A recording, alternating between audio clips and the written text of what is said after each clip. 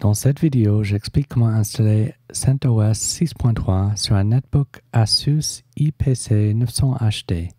Pour plus de détails, vous pouvez consulter mon site web www.johnmiller.fr. Il faut faire démarrer le PC avec un DVD CentOS dans un lecteur externe USB, puis installer.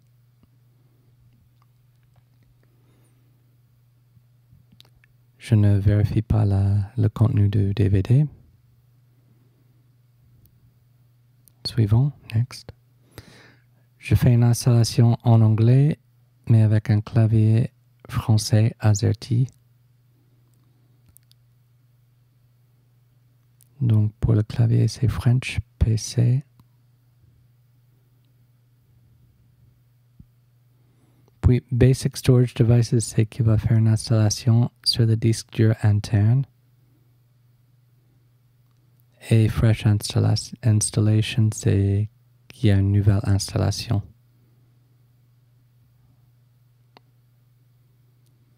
Localhost.localdomain, ça veut dire qu'il va prendre l'adresse IP, le nom d'hôte du serveur DHCP. Et puis, il faut choisir un mot de passe pour root. Root, c'est le compte administrateur du système. Et Use All Space, c'est qu'il va prendre tout l'espace disque pour Linux.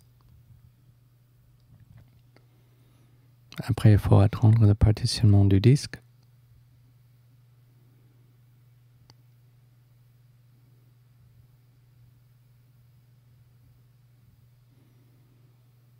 Je fais une installation desktop.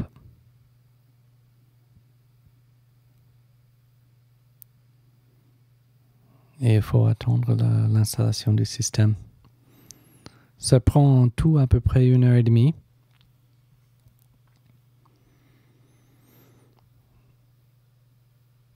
J'ai accéléré la vidéo.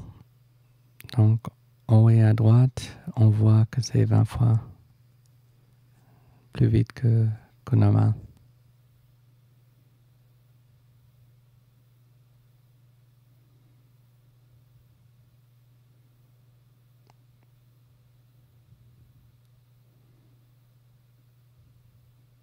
Si c'est la première fois que vous utilisez Linux, c'est peut-être plus simple d'utiliser Ubuntu.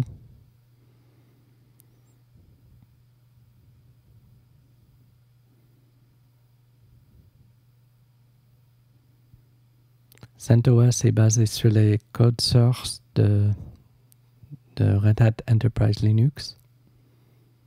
Donc c'est très stable.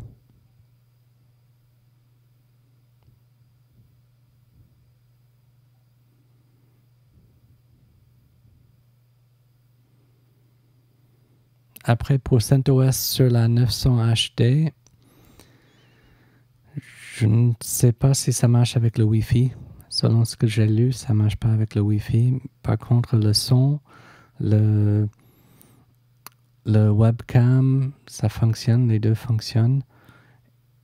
Et même le double écran, ça marche. Donc on peut utiliser l'écran du netbook avec un écran externe aussi en même temps.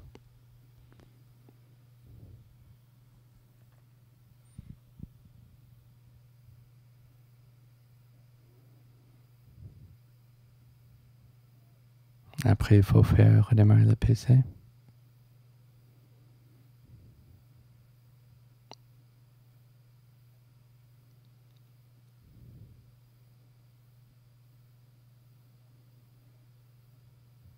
Il faut créer un compte utilisateur.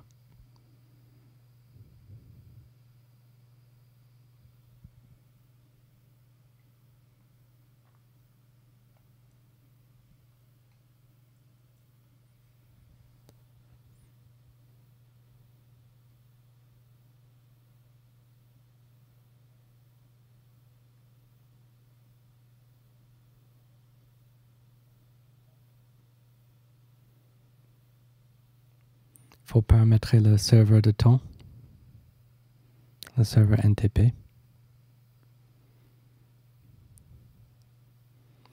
Là, il y a un problème avec KDump. Il faut au moins 2 Go de mémoire active pour KDump.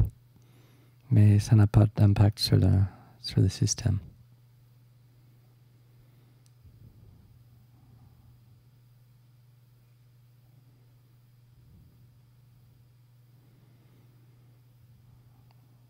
Ici, pour la vidéo, j'ai désactivé l'économiseur écran.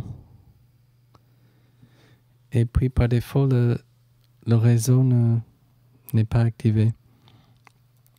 Donc, il faut activer le réseau.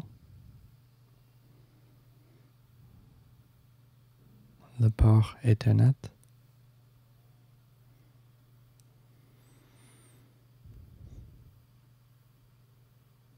Et il faut chercher les mises à jour.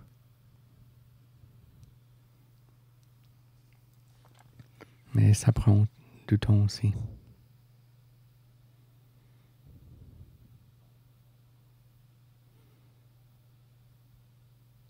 J'ai fait cette vidéo en novembre 2012 et là en mars 2013 est sortie la version 6.4 de CentOS. J'ai fait la mise à jour sans problème, mais je pense qu'aujourd'hui il vaut mieux installer directement 6.4.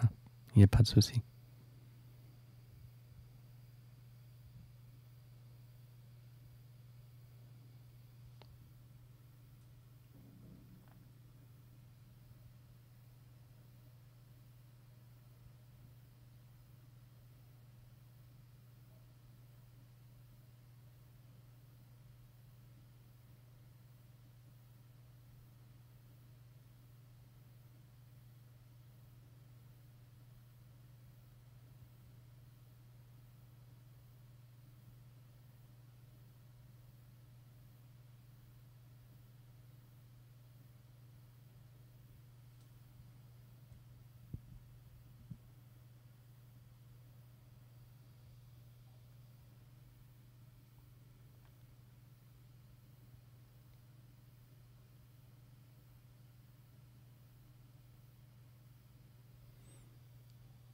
Il faut faire redémarrer le PC.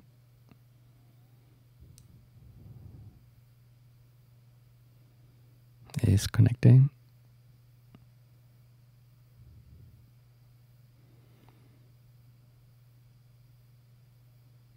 Et là, je voulais juste montrer ce qui est installé par défaut. Si on fait une installation desktop.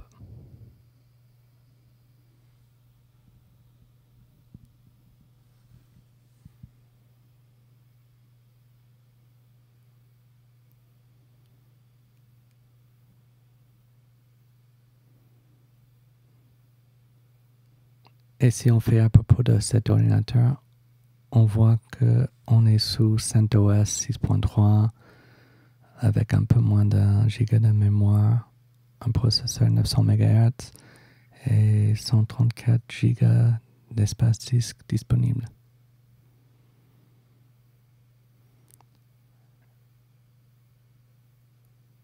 Et je lance Firefox juste pour montrer que ça tourne sous CentOS.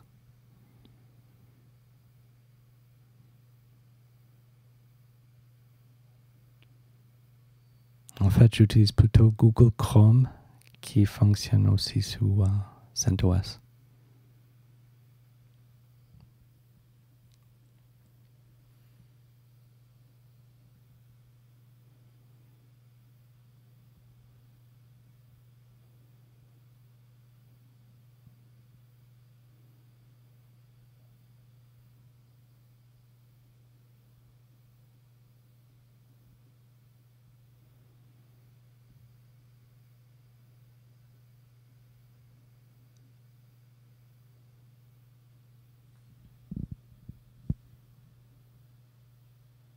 C'est tout. Merci, à bientôt.